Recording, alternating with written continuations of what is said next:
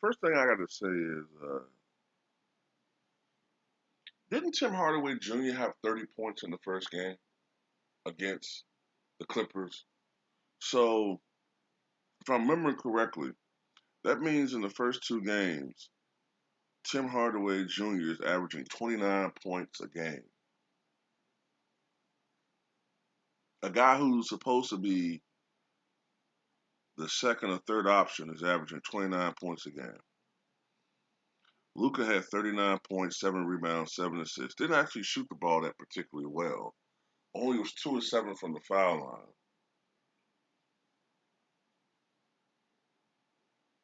But they're up 2-0. Kristaps Porzingis had 20 points. Keeper had 13. And when you look at the Clippers, Kawhi had a great game, 41 points, 6 rebounds, 4 assists, 14 of 21 from the floor, 9 of 10 from the foul line. Paul George had 28, 12, and 6, but he was only 1 of 7 from the three-point range, three-point line. Reggie Jackson had 15 points. Patrick Beverly, 3 points. Um, Rondo only played 19 minutes. I don't understand why they got Rondo. Um, to me, I would think that Rondo should be utilized more in the second half of games, or depending on how the game is going. If it's a close game, but generally speaking, I would think you put Rondo in the fourth quarter to help to control the pace of the game, the tempo, and especially down the stretch of games. Because of Rondo's playoff experience, and his championship medal. You think you would play him more down the stretch, but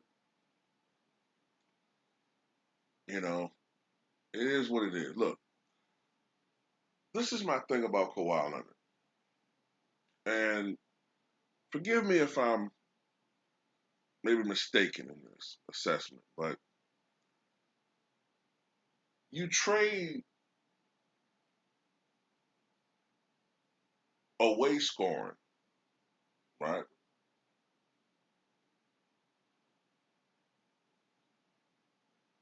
for a guy that's more of a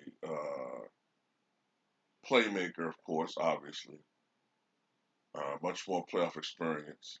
So you get rid of scoring in Lou Williams, but don't you think that to offset that,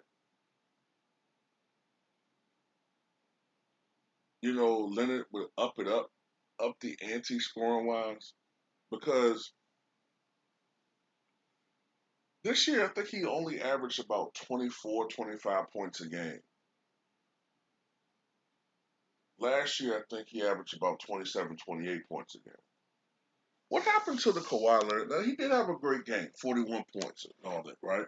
But what happened to the Kawhi Leonard of a couple of years ago? He was playing with Toronto, and, when they beat the Sixers in that epic series, right? He was taking like some games 30, 35. I think the last game he took 39 shots in that game. What happened to that Kawhi Leonard? To me, I don't think he's aggressive enough offensively. And that begs the question, is Kawhi Leonard slowly diminishing as a player already? He's not as good defensively as he once was. We don't see the Kawhi Leonard who a couple years ago was shutting guys down consistently. I don't see that from Kawhi anymore. You know, um, is Kawhi Leonard a guy who is living off of former glory and we don't really quite recognize it yet? Like I'm saying, he's still a great player, but I think that Kawhi needs to shoot the ball even more. I think he needs to be even more aggressive offensively because they only really have two fucking guys that can score consistently, him and Paul George.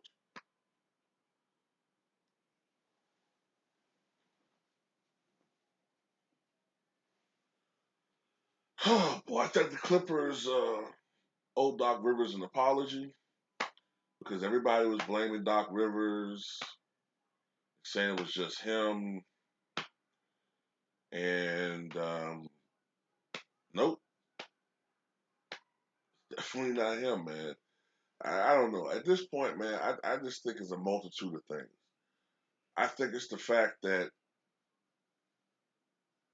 Kawhi Leonard is not. When you look at the two teams he won a championship with, the Spurs and the Raptors, technically he was never the true leader of those teams. Definitely in San Antonio he wasn't when they was winning titles. That was Tim Duncan. They would have held, Tim Duncan, followed by, Tony Parker, Ginobili. Even when he went to Toronto, the team leader was really Kyle Lowry. He wasn't the best player, but he was the team leader. On this team, there's really no leadership because Kawhi Leonard's personality doesn't suit that. You know, not to mention the fact that there probably still is some lingering resentment about the fact that Kawhi and Paul George get preferential treatment while other guys don't. You would think it shouldn't matter, but I think it does play a factor. I don't think this team is as close knit as it should be. Um, those are just some observations. Paul George, I'm so sick of this fucking guy. Um, Whenever they lose a pivotal game, he always blames it on the officiating or not getting calls or whatever. And, whenever they're in a situation, look, I get it.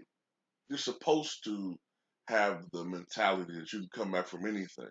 I remember when the Lakers were losing to the Mavericks 10 years ago. They were down 3-0. Kobe said, "You might think I'm crazy, but we can come. I think we can come back and win the next 4 games."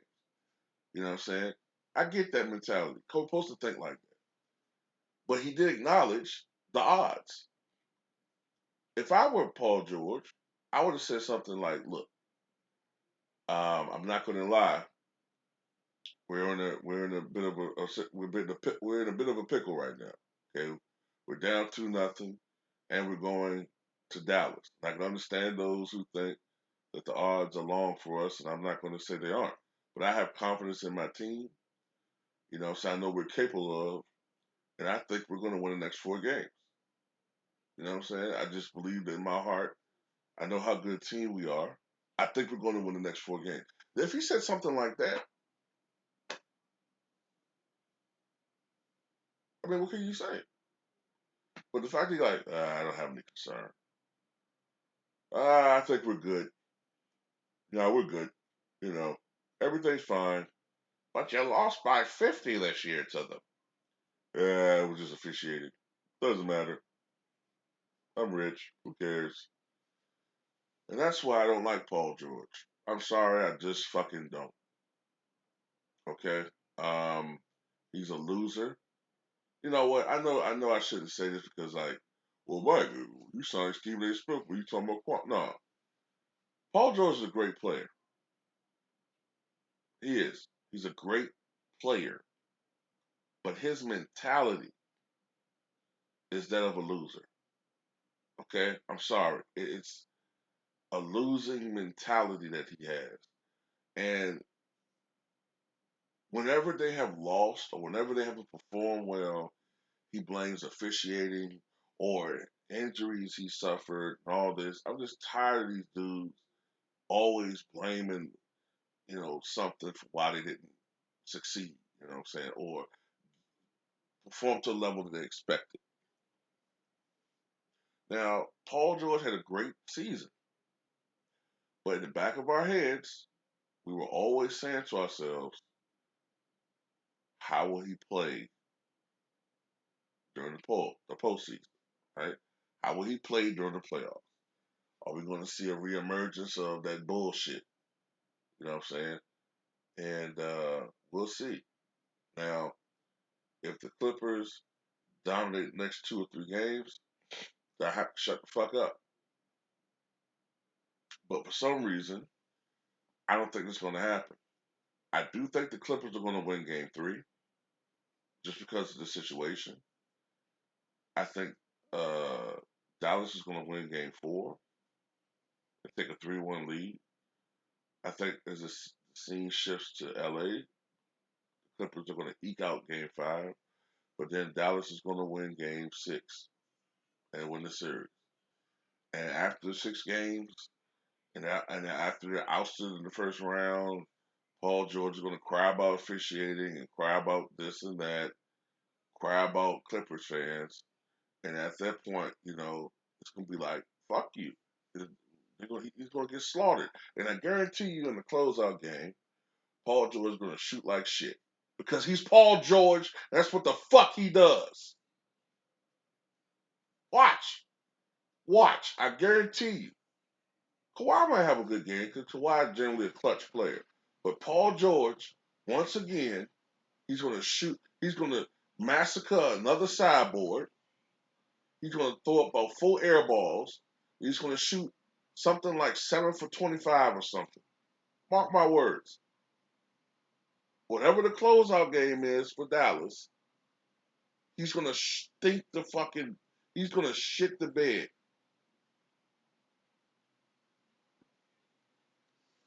Now, for Dallas, I mean, Tim Hardaway. Didn't Tim Hardaway have something like 30 points in the first game?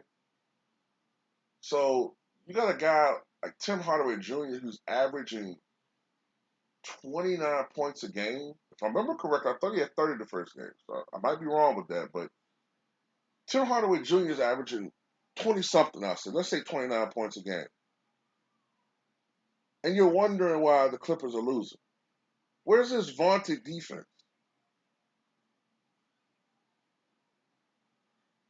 Where's this 4-quarter crackdown that we should be seeing from this supposed dynasty level team? A lot of people thought last year that if Kristaps Porzingis was playing, Dallas would have beat him in the first round last year. Porzingis had 20. Luka only shot 2 of 7 from the line. So if Luka had actually shot the ball well, Dallas would have won by double digits.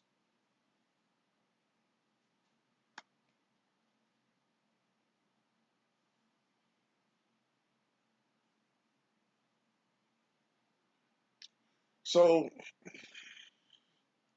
this time, I can't make any excuses. You know what I'm saying? If Luka mania ensues, he deserves it. He earned it because the Clippers ain't shit, man. Last year it was just games where they just kept blowing leads, and it's I don't know, bro. It's like the Clippers are just a fucking they're just they're a cursed franchise, man. I don't know what type of Buffalo fucking they used to be in the Buffalo, the Buffalo Braves. I don't know what the fuck happened. I don't know if some fucking somebody put a Buffalo fucking curse on them or something, man. But ever since they've been to the Clippers, they ain't been shit. When they were in Buffalo, they were a pretty good franchise, considering that they were a new team in the '70s. But this fucking team, man, ever since they went to California, first they was in San Diego, then they moved to LA. Ever since they went to San Diego, and especially the Lakers, they've been a terrible fucking team, man. I cannot believe that they've never been out of the second round. They've never been out of the second round. Can you imagine that? A team with Kawhi Leonard, Paul George, for the second year in a row, don't even get out of the second round of playoffs. And the way things are going, they're not even get out of the first round. Wills is wait. I mean, look, this is a tall order, bro. Like, it'd be one thing if the Clippers were down 2-0 headed home. They're down 2-0 headed to Dallas. and the pressure's going to be on them to win. Dallas could literally afford to lose a game at home. They'll still have home court advantage for the rest of the series. So, yeah, tell me what you guys think, man.